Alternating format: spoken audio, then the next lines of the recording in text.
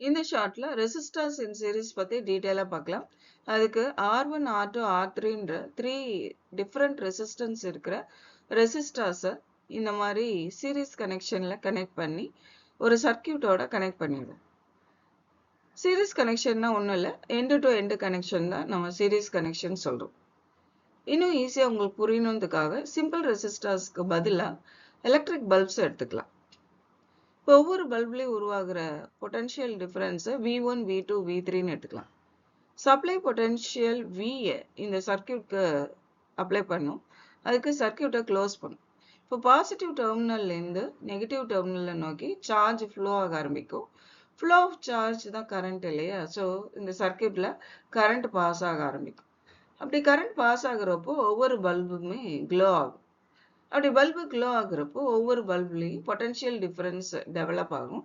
அதை V1, V2, V3ன்னு நம்ம note down பண்ணிக்கலாம். இந்த சப்ளை பொட்டன்ஷியல் V, அதாவது ஈக்குவலன்ட் பொட்டன்ஷியல் எதுக்கு ஈக்குவலாக இருக்குன்னா சம் ஆஃப் V1, V2, V3க்கு ஈக்குவலாக இருக்கும். அக்கார்டிங் டு ஓம்ஸ்ல V is equal to IRன்றது தெரியும். அதே மாதிரி V1, V2, V3யும் நம்ம கன்வெர்ட் பண்ணிக்கலாம். இதில் பார்த்தாலே தெரியும், நம்ம ஆல்ரெடி 3 டிஃப்ரெண்ட் ரெசிஸ்டன்ஸ் இருக்கிற எலக்ட்ரிக் பல்ப்ஸ் தான் எடுத்திருக்கோம். So R1, R2, R3 different. அதனால V1, V2, V3யும் டிஃப்ரெண்ட்டாக இருக்கும். ஆனால் கரண்ட் சேமாக தான் இருக்கும். சீரிஸ் கனெக்ஷனில் எப்போவுமே அமௌண்ட் ஆஃப் கரண்ட் சேமாக தான் இருக்கும். அது சர்க்கியூட்டில் பாஸ் ஆகுறப்போ எங்கேயுமே அக்குமுலேட் ஆகாது. ஸோ அதனால சீரிஸ் கனெக்ஷனில் அமௌண்ட் ஆஃப் கரண்ட் சேமாக இருக்கும், பட் பொட்டன்ஷியல் டிஃப்ரென்ஸ் டிஃப்ரெண்ட்டாக இருக்கும். இப்போ V1, V2, V3 வேல்யூஸை இந்த ஈக்குவேஷனில் சப்ஸ்டியூட் பண்ணும். V வேல்யூ சப்ஸ்டியூட் பண்ணும். இந்த ரைட் ஹேண்ட் சைடில் I காமனாக இருக்குது. I சேமாக இருக்குது. அதனால் ஐயை காமனாக எடுத்துக்கலாம்.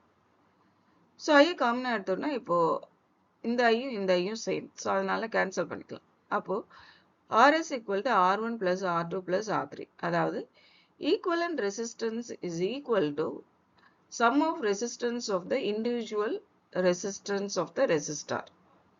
அதாவது இன் சீரிஸ் கனெக்ஷனில் ஈக்குவலன்ட் ரெசிஸ்டன்ஸ் எதுக்கு ஈக்குவலாக இருக்குன்னா individual resistance of the resistors sum பண்ணோன்னா அதுக்கு ஈக்குவலாக இருக்கும். அதே மாதிரி இந்த equivalent resistance is always greater than individual resistance of the resistor.